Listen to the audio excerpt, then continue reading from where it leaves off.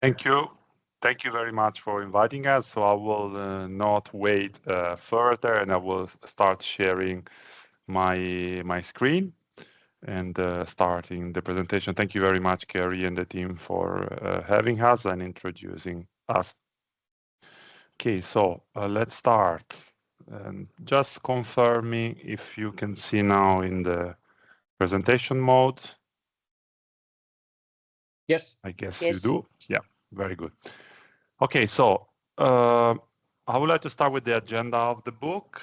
That's also the agenda of this meeting. So that I would say the table of content of the book. That's here in a high level, represented, and that's also the agenda of this meeting.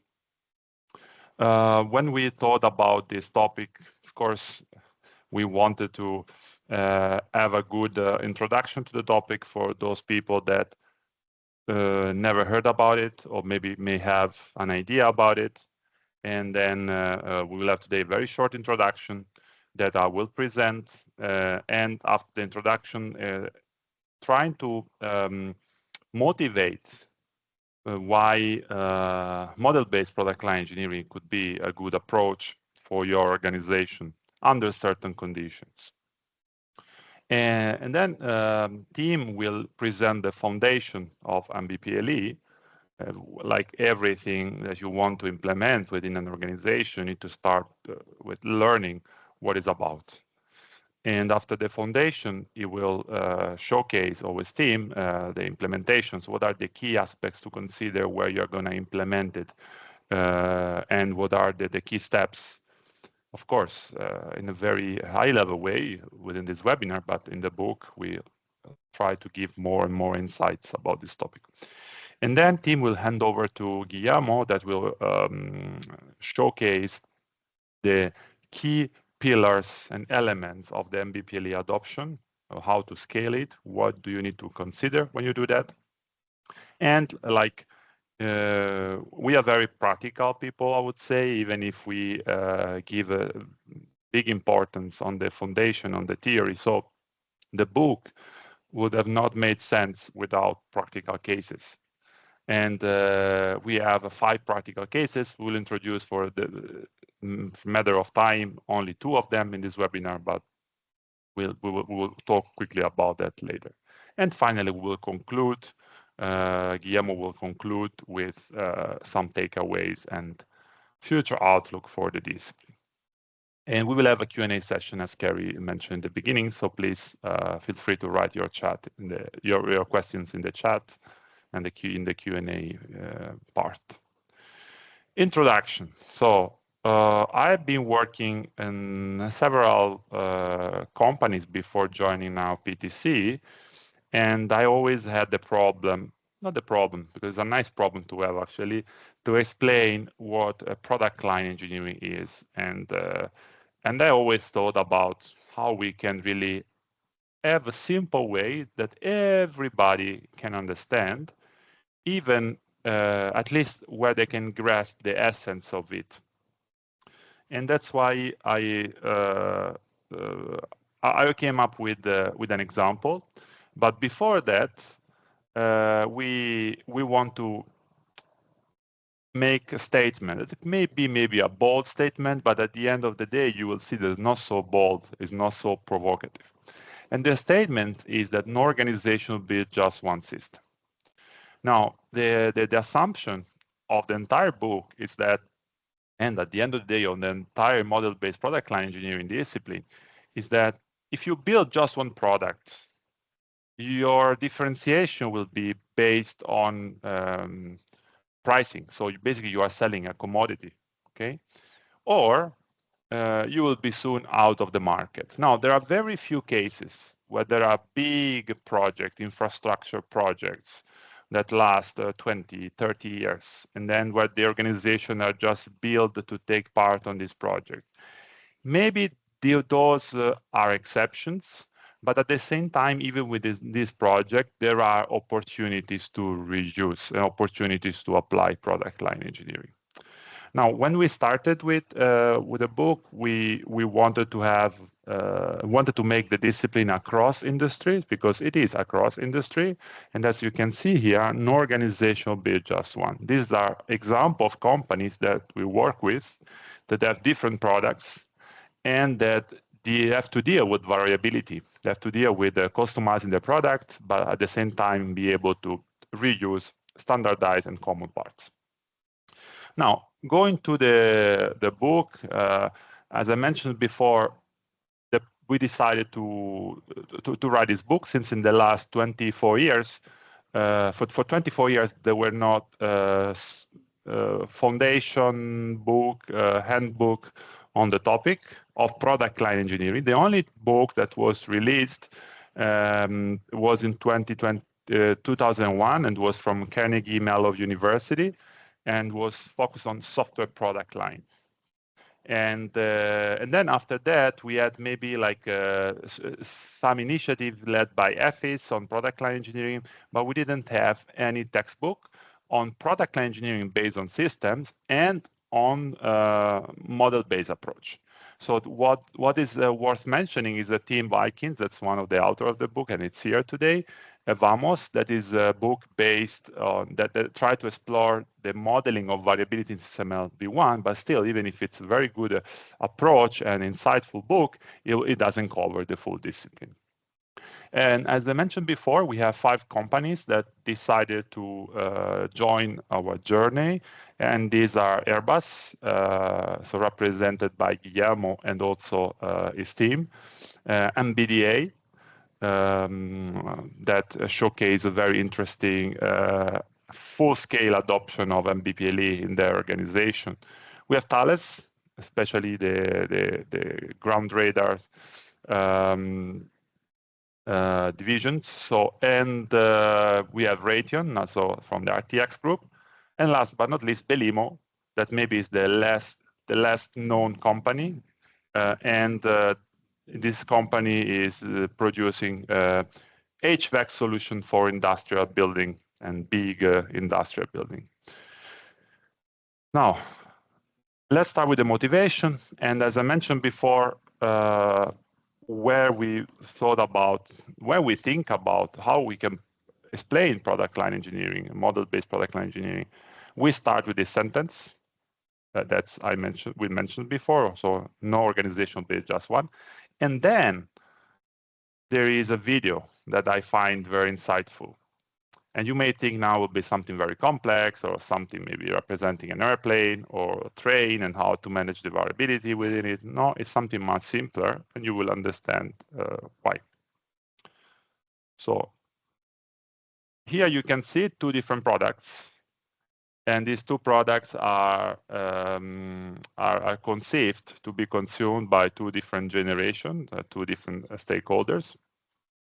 And you can see there is a quite impressive amount of reuse in the scenery, but not only in the shape of the figures, but also on the animation itself. So the entire animation here, from the first frame to the last frame of this animation, has been reused.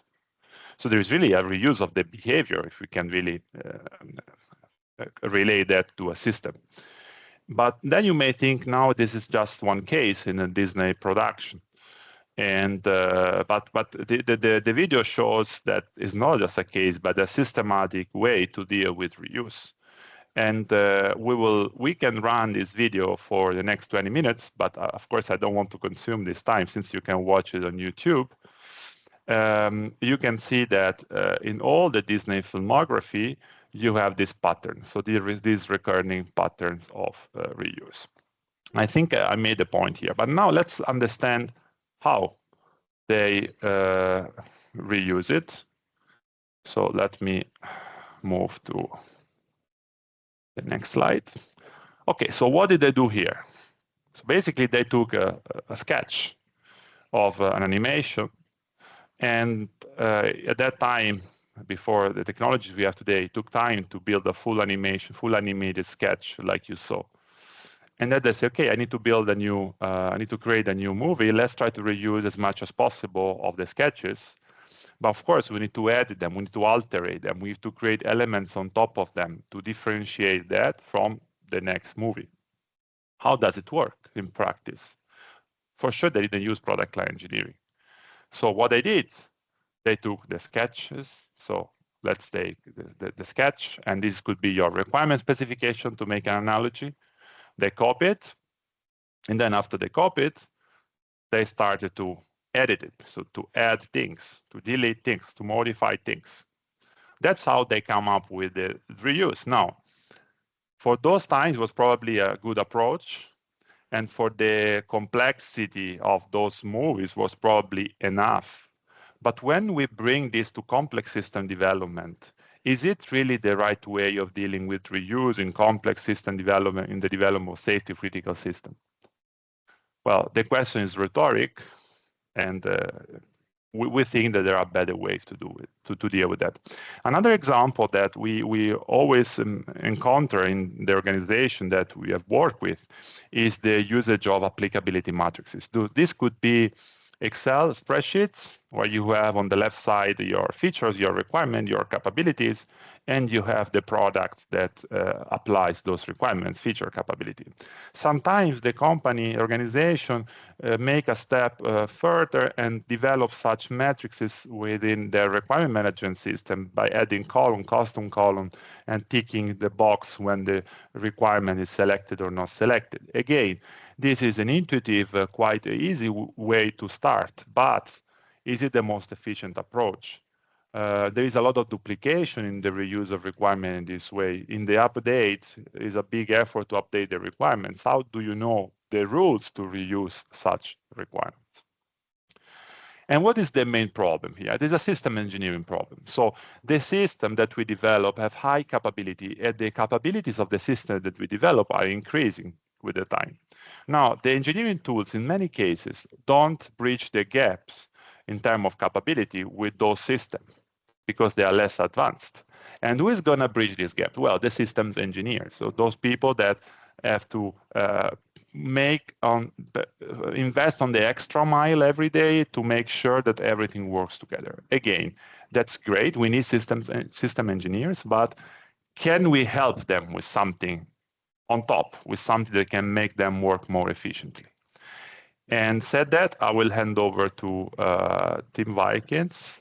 So no spoiler. Okay, thanks. So I will share my screen. Should be the same in a minute. Can you confirm that you can see it? Okay, perfect. Yeah, let's talk about the MBLP foundation. So one part of the foundation is the shift from document-based to model-based. And we can observe the change from document-based to model-based everywhere, and we definitely have to make it. And one driver is the complexity. We are in an age of increasing complexity in all areas. Projects are becoming more complex. They are spread across several locations and involve different technologies. And in addition, there are often several variants of the same product. At the same time, we have to take numerous disciplines into account. Now, of course, the classical ones, such as software engineering, mechanical engineering, and so forth, but also safety, security, and much, much more. And they're not so strict separated anymore as maybe in the past. They merge more and more together. And at the same time, the engineer's brain, they remain the same. Human evolution is not that fast to keep up with the increase in complexity. So one approach is to cope with this complexity is that we typically increase the number of engineers involved in a project. This seems logical at first, but it brings further challenges now, of course, because the number of people involved increases also the number of communication channels, coordination becomes more difficult, sources of errors multiplies, and so forth. So it quickly becomes obvious more heads alone do not automatically solve the problem of increasing complexity. So in fact, our human brains can no longer keep pace with this explosive increase in complexity. So in addition, we need the support by the machines. So we have to put all our valuable engineering information in a format that is understandable by machines. And that's not Word or PowerPoint. Their machines can help us to have a nice format of the data, but there's no understanding of the content. So we need models and modeling languages like SysML and many, many more that provide also semantics that is understandable by the machines.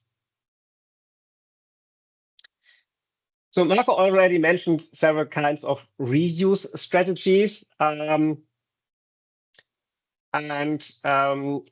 projects start small, we often rely on the clone and own method. We duplicate existing designs and modify for each new variant.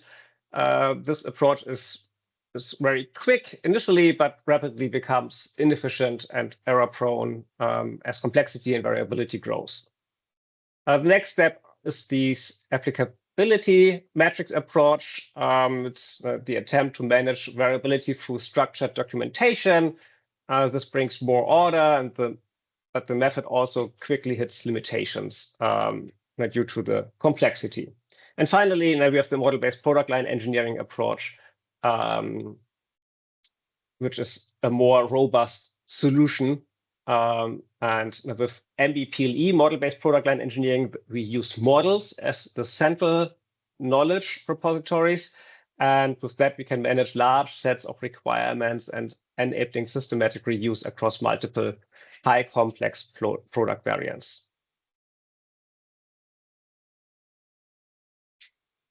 So model-based product line engineering combines two powerful approaches. One is model-based engineering, and the other one is product line engineering. It's a similar shift that we observe since several years in systems engineering. We already had systems engineering, and now we have the shift to model-based systems engineering. And here it's the same. Model-based product line engineering is product line engineering, but with the use of models.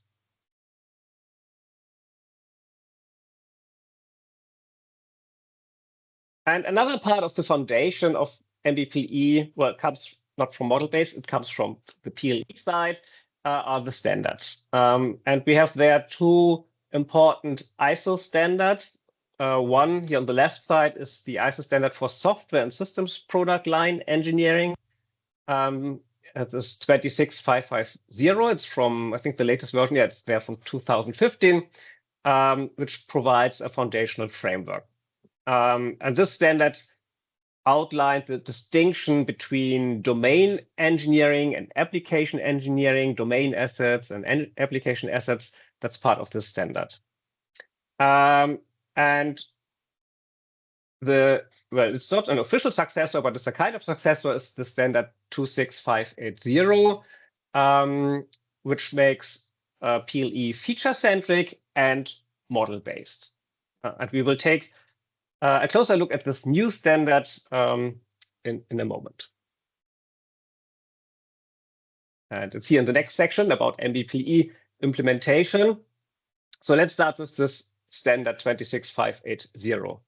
It has several pillars shown here on the slide. Let's start on the right upper corner with the feature model. The feature model consists of feature trees and feature configuration. And a feature tree is a set of features. A feature is a characteristic that makes which is variable in a product. If we have a car, we have different kinds of engines. So the different kinds of engines is a feature of a car.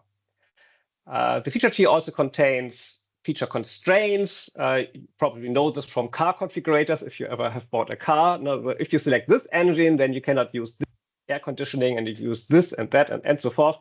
These are the feature constraints. Right? If you select a feature, you must select another feature, or if you select this feature, you are not allowed to select another feature.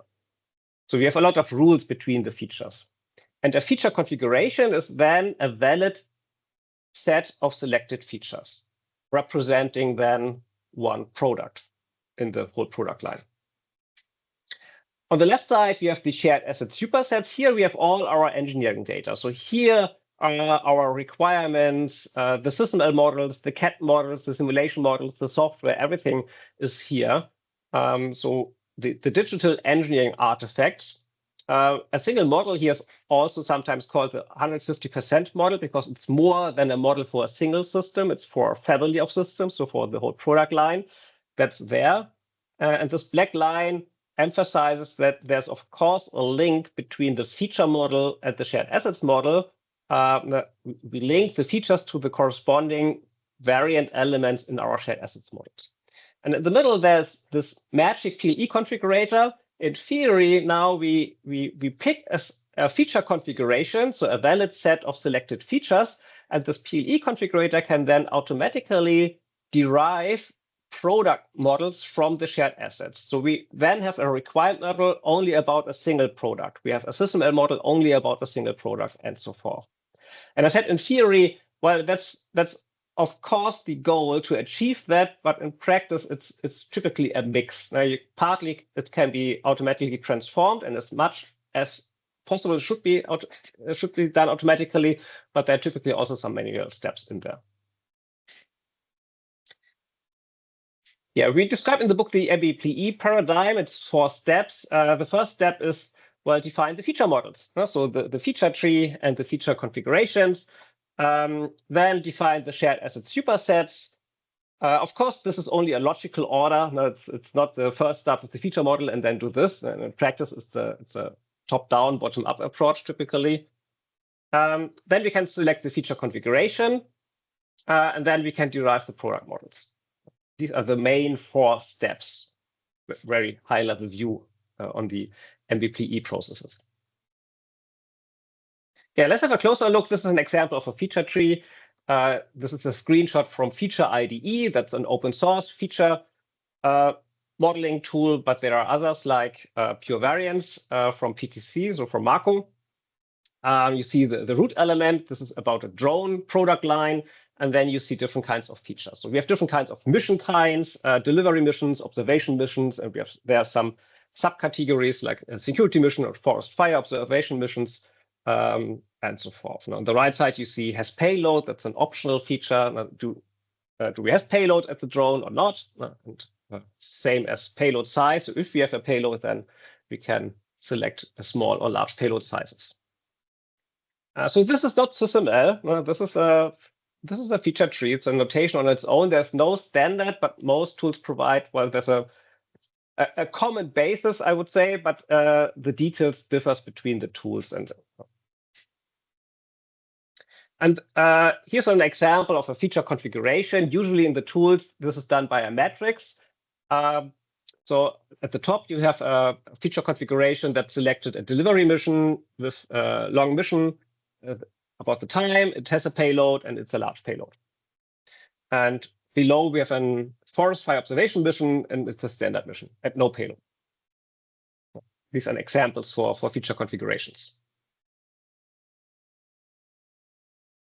Let's switch to the shared asset supersets, and let's take a SysML example. Well, I'm a SysML guy, so let's take a SysML example. And it's in particular interesting in SysML because with the next generation systems modeling language version 2, the modeling of variations and variants is part of the language. I think it's one of the most modern engineering modeling languages. So it's a built-in capability of this language that we can model variations and variants because it's quite common to do this nowadays. So at the bottom, you see the variation stuff. It's again about our drone, the drone system, and at the bottom is the definition of our drone. And for example, on the left side, you see engines, and it's a variation, the engines, because we can have 4 up to 8 engines in our drone. And this is called the variation part. And below are the design options for this variation point. And it's 4, 6, or 8 engines. Or in the middle, the battery is a variation. And we have 2 options. We have a standard battery or the power battery. And on the right side, we have a similar approach for the payload attachment for large and small payloads. And this variant concept can be used in SysML for all primary engineering artifacts. Here are the parts of our system, but can also be used for interfaces, for states, for actions, for requirements. So for all primary engineering artifacts in SysML, variation and variant can be defined. Yeah, to show that there's more and to highlight that there's more in the shared asset superset, a Word document is also part of the shared asset superset. It's not a model, but it can also be part of the shared asset superset. Well, there's no variability language for Word, so typically you specify your own tags now how to mark paragraphs in your document that relates to a specific feature. So you see here this VP or VRA notation. And now a tool that understands these tagging can now select the text that corresponds to a specific feature and derive a document from this one that is only valid for a single product. If we derive a single product model from this, and we use SysML2, we can do this directly in the language. You see here at the top, the delivery drone system X42. It's derived from our drone system, which is on the left. It represents our whole product line. And I will not dive into this. This might be too detailed, but you see at the bottom that we here set the concrete variants that can be derived from the feature configuration. So this one has 6 engines, it has a power battery, and at the bottom you see it's the large payload attachment. So this is how you can model this in SysML v2. But well, in Word it's different, in a CAD model it's different, it's different in any shared asset model.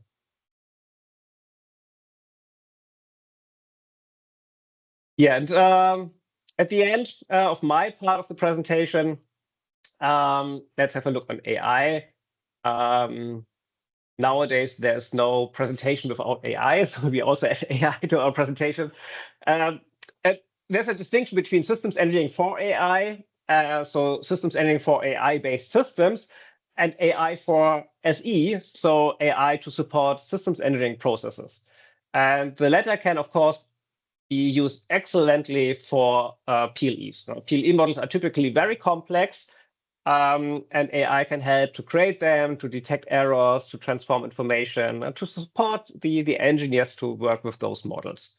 But we won't go into that further here. Marco and I presented this at the Incosi IS in Dublin in our tutorial.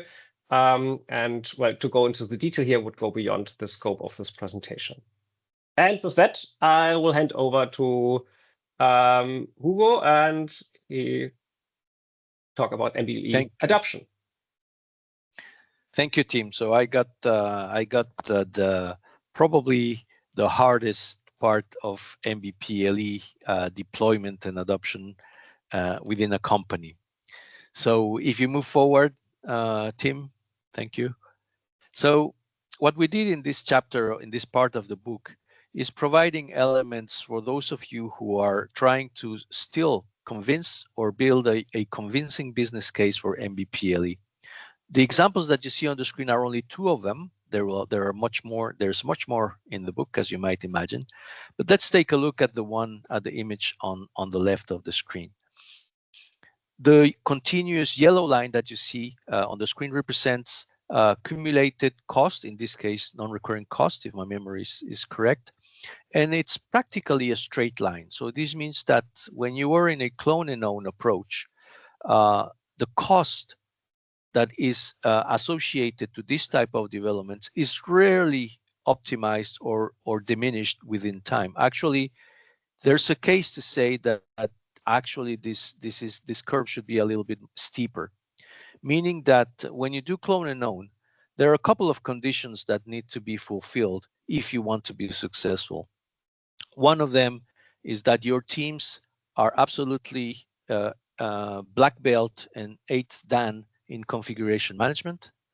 And the other one is that they master very precisely the technical depth of the thing they are cloning and then owning or copying and pasting.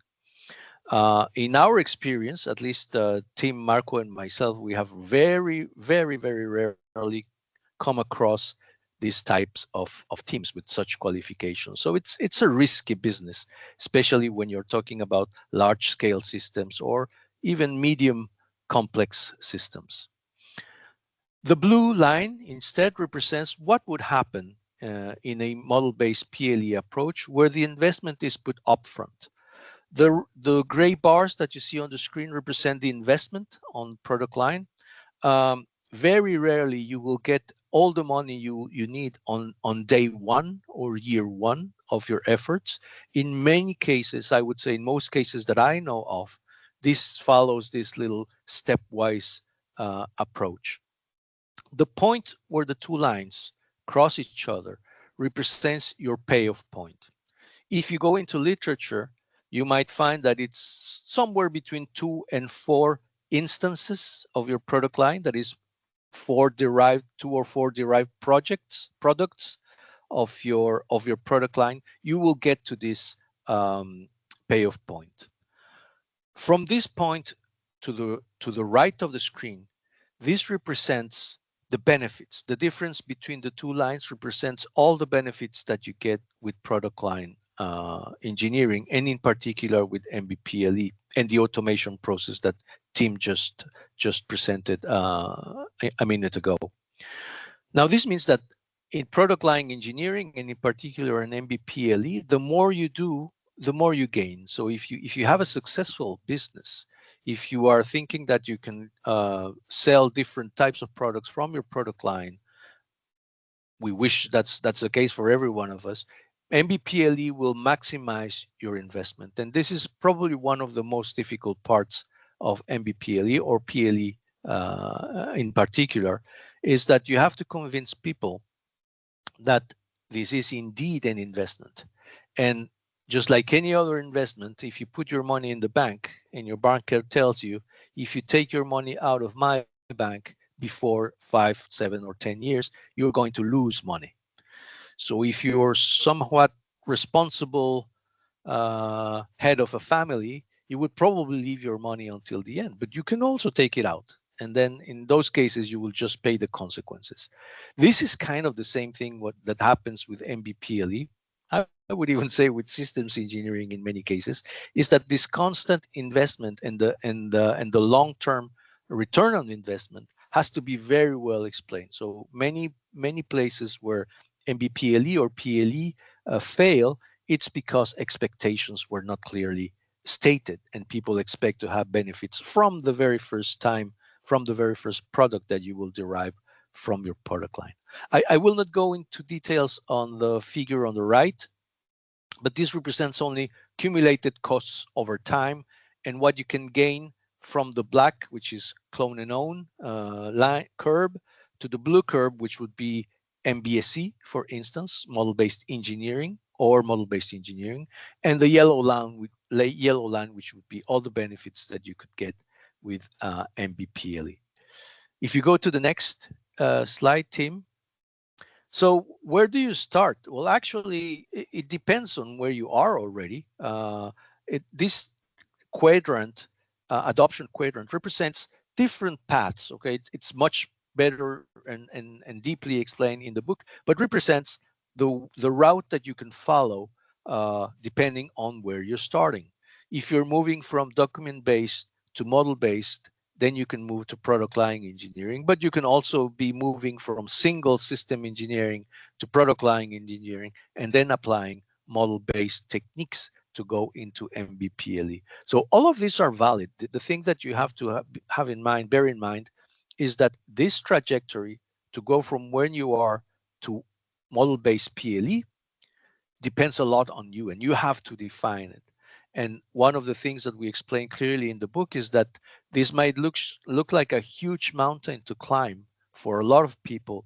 Then what you have to do is explain that there's a stage approach, and in this stage approach, as any other change management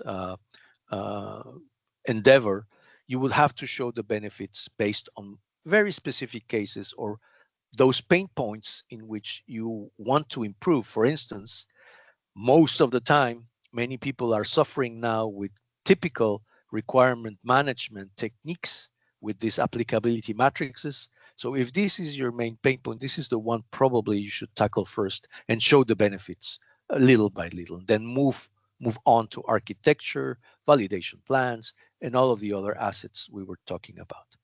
I think you have to click a couple of times, Tim, just to show the different arrows, and then we can move forward. There you go.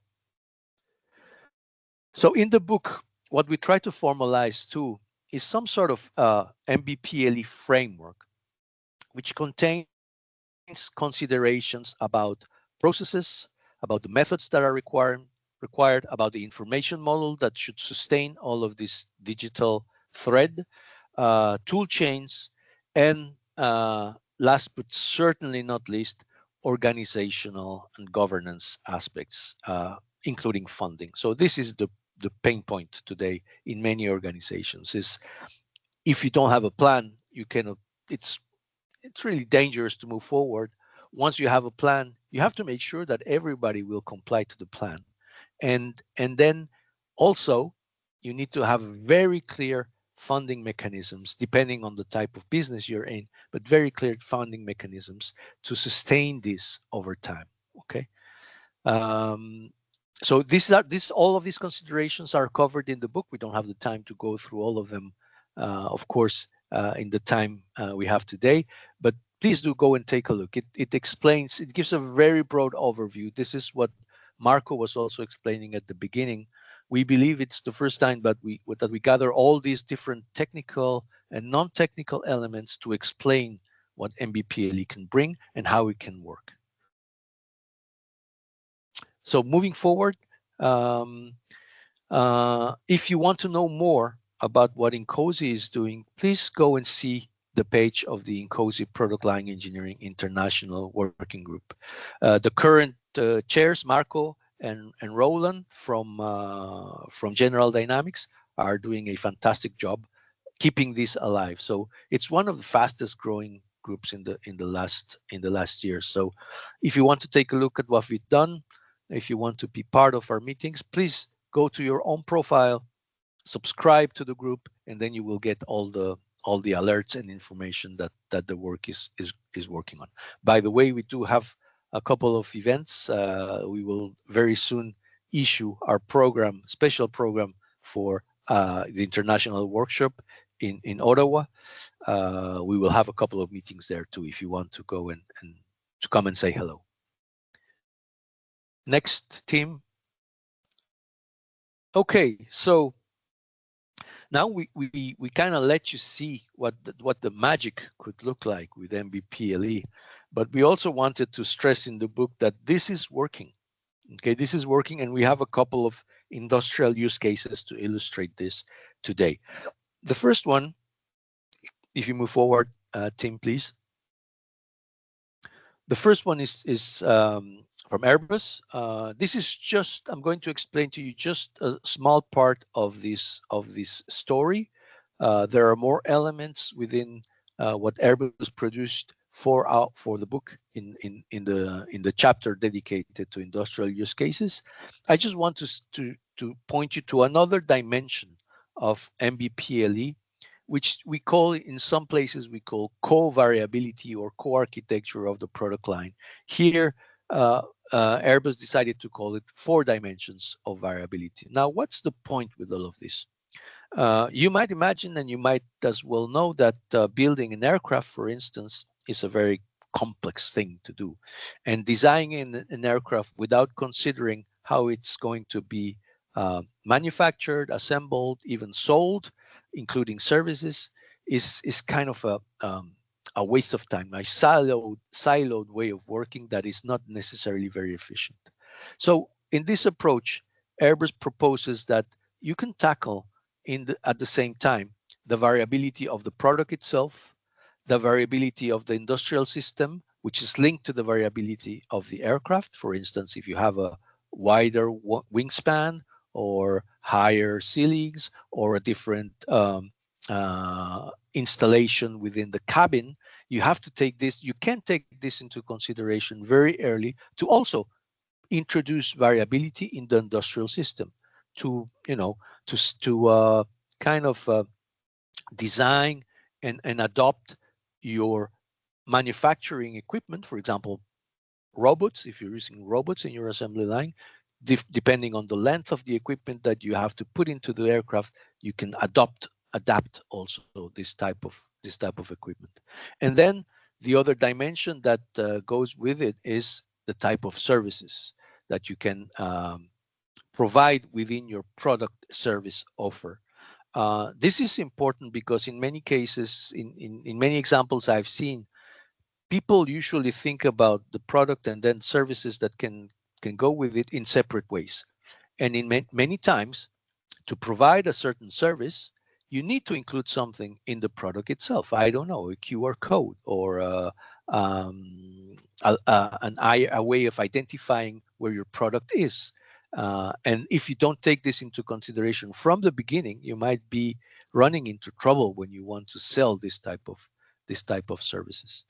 And of course, the fourth dimension is for all of these different systems, the product, the industrial system, and services, you have to have some sort of similar approach, systems engineering approach, to define what's expected from this. And here you can also add variability from the operational point of view, the functional architecture, the logical architecture, and the physical architecture of these different types of equipment. So this is clearly nicely explained in this little example. Like I said, there's a little bit more. You can go through it. And the second example is also one I had the chance to know very, very closely. Concerns Thales, and Kerry, I think you also know about this. This is a very interesting story that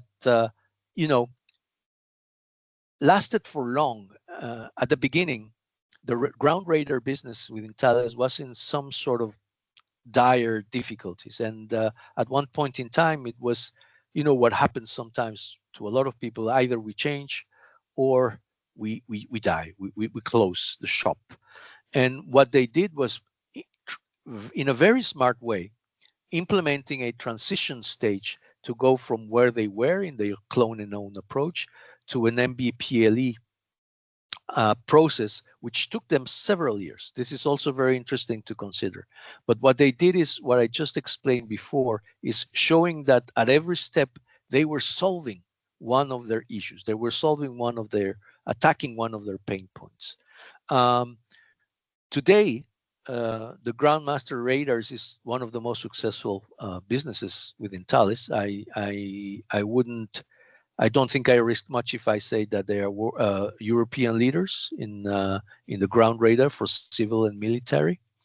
And one example that they explain very nicely is that, to calibrate a radar, in the past we used to call for very highly qualified experts that made all the 3,000 parameter definition, and that took them several months. Okay, when they started doing product line engineering, feature-based product line engineering, they came up with an idea of capturing most of the decisions, of most of the knowledge of these highly qualified experts. And at the end of the day, they managed to set up a calibration of a radar in 4 hours instead of several months. So these types of gains are the ones that you have to count on, build on, identify, to keep on moving forward. So huge history, huge success story, a long one, but a very, very, very interesting one. And I think that we can go to the conclusions before questions, Tim. So some takeaways, okay? We are taking ISO 26580 as the lighthouse. This really explains the main concepts and all. It won't tell you how to operate it or how to put it in place within your tools, but it will give you the main principles. And this is something that's already available. Probably the most important takeaway today is to tell you that if you want to go into MBPLE, all the technical elements that you need are there, are available. Okay, so this is possible. You can do it. Once again, if you depict a picture that as a huge first step to move forward, then you might not succeed. So you have to think about how to move around from where you are to where would you like to be in a stage approach with MBPLE. And last is that although most of the things are available today, I think, and I would address this question to Marco, he's aware of this, tools must still enable full digital continuity. This is still not the case. ALM and PLM vendors and authoring tool vendors should still help us connect everything. You know, it's not only about requirements and SysML models or Simulink models.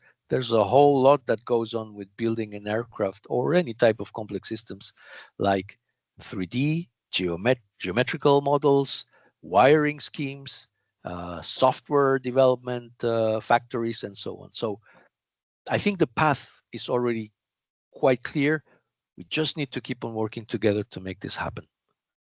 And with that, I think we have some minutes for questions. Thank you. Thanks, Marco and Tim and Guillermo.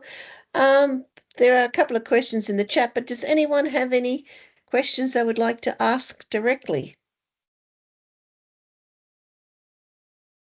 Okay, well, the couple they've got in the chat, one's already been answered. They're actually all come from me. Have you ever gone from document-based SE directly to the MBPLE? Because I noticed you went around the quadrant in that diagram. Tim has answered and said yes, but it's difficult.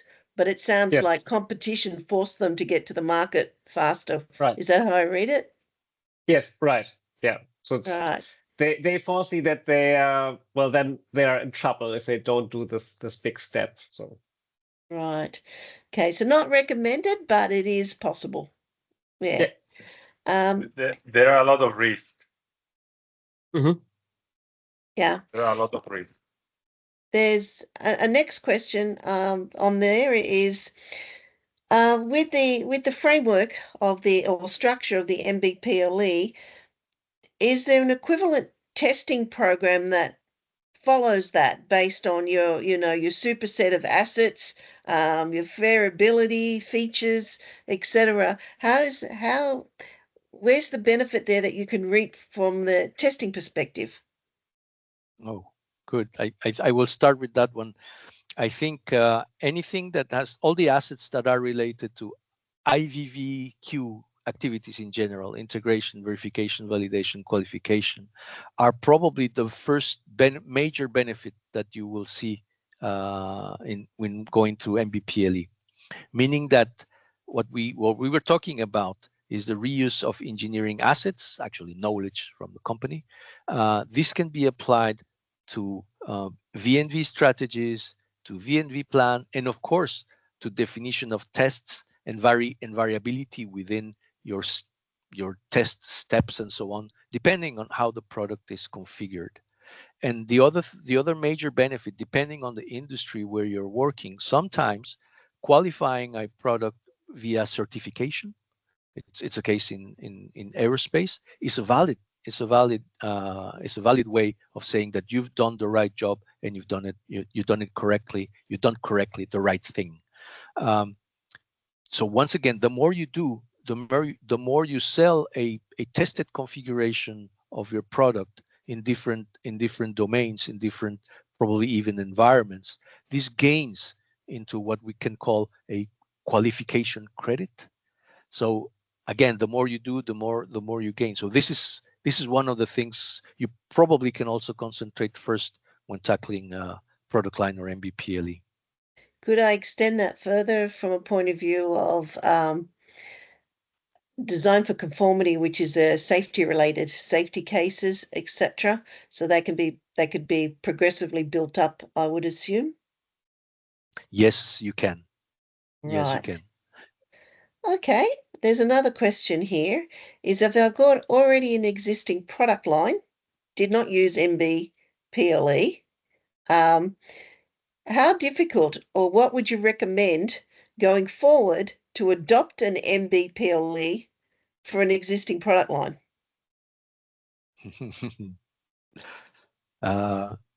I will start, but if I start talking, we'll stay here for 2 hours more. So I think that the major obstacle, the major barrier, I would say it's people.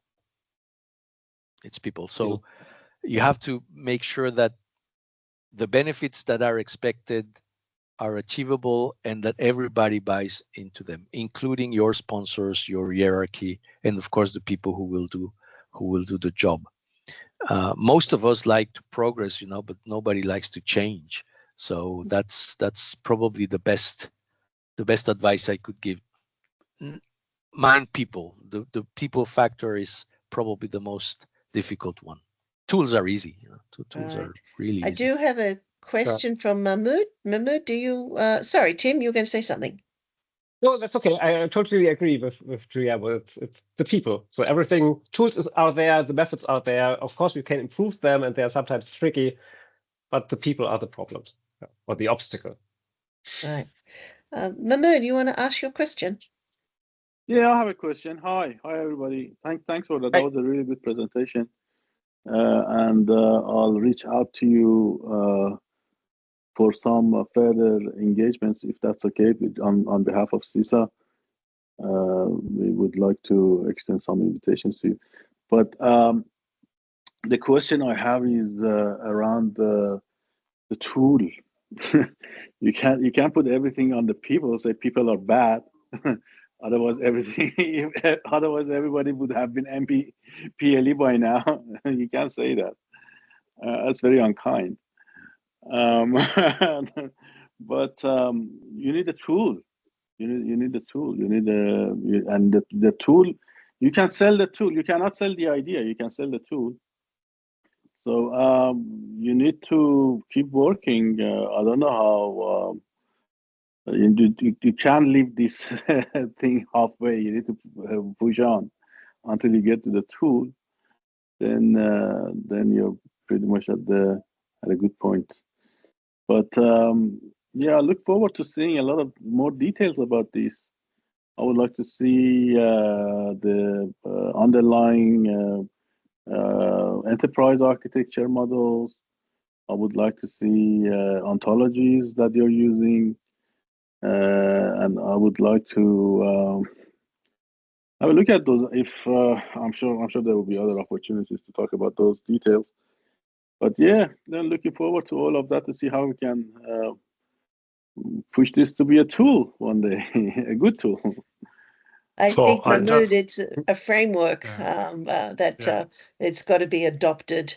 The tools are an enabler from that perspective. Yeah. And you're right, though. Not everything can be blamed on the people. However, to introduce change is a cultural thing. And when a company is already invested down one particular path, unless you can really sell the benefit and that sponsor is going to back you, it's extremely hard to get an adoption in mainstream. Yeah. So on anything. What I can say about this, since I'm a tool vendor, is that first you need to read a book because we talk a lot about information model, ontology, and all these details, right? Tool chains, different tool chains, how they can implement that. So there is a big section that just talks about this. No? What Guillermo presented as a tool chain, no? That's the tip of the iceberg, because if you go inside the book, you will see a lot of possible scenarios depending on your specific case. And the tools today are there.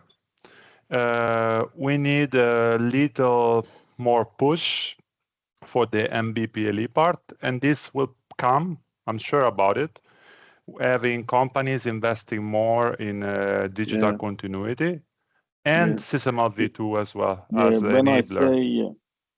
When I say you need a tool, sorry, I forgot your name. Marco. When I say a tool, it's not necessarily an engineer. I'm not talking about an engineering tool. I'm talking about a management tool or a leadership tool or a leadership program. I guess too, in some Mm. ways, it's Yeah, when it you're needs to be getting other part of it. disciplines in, you need to look at if you're really going to do a digital transformation, you need to follow the data in the workflow. And this is part of the bigger picture. But it's not the only thing. But the focus is on product No. line engineering. That's our topic. On that note, guys, is there any other questions? So I know a few have to wrap up. Okay, well, thank you, Marco, Tim, and Guillermo, for your time. Excellent presentation. I need to go. Honestly, I haven't read the book. I'm now going to have to go purchase it, and maybe I'll read it on the flight over to Canada. But